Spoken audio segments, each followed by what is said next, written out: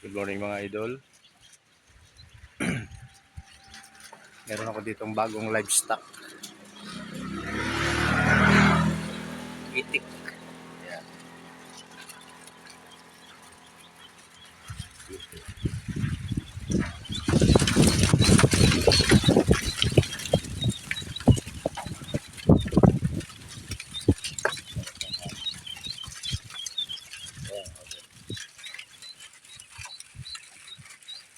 Yan ay binili ko lang ng 20 pesos each. Fiesta kasi dito mga idol sa amin. Fiesta. Eh may mga nagtitinda ng mga itik.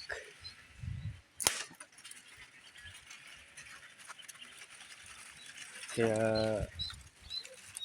bumili ako. Siguro bukas o makalawa pagtapos ng piyesta magmumura na yung itik. Yan. Yan.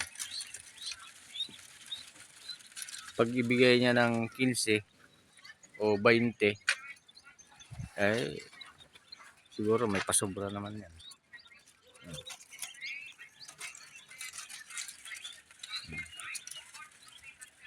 Ganda eh.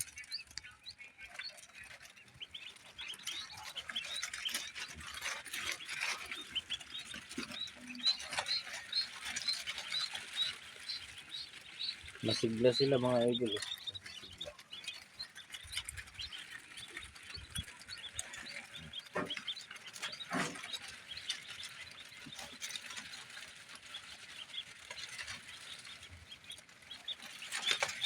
Yung pagkain nila at dito naman yung kanilang inumin.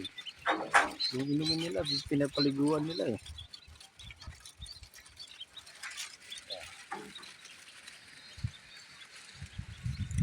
Lagay ko ito sa aking fish pan para may kasama yung mga isda.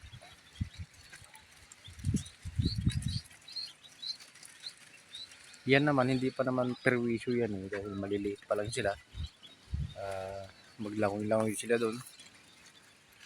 Pero pagka lumaki na, pwede nang ihiwalay yan sa fish pan. Magkaroon na siya ng sariling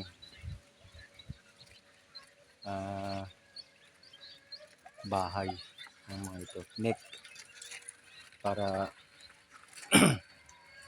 hindi sila makaperwisyo ng mga tanim at mga kapwa nilang isda. Hanggang sa muli mga idol, Tabak Farmer.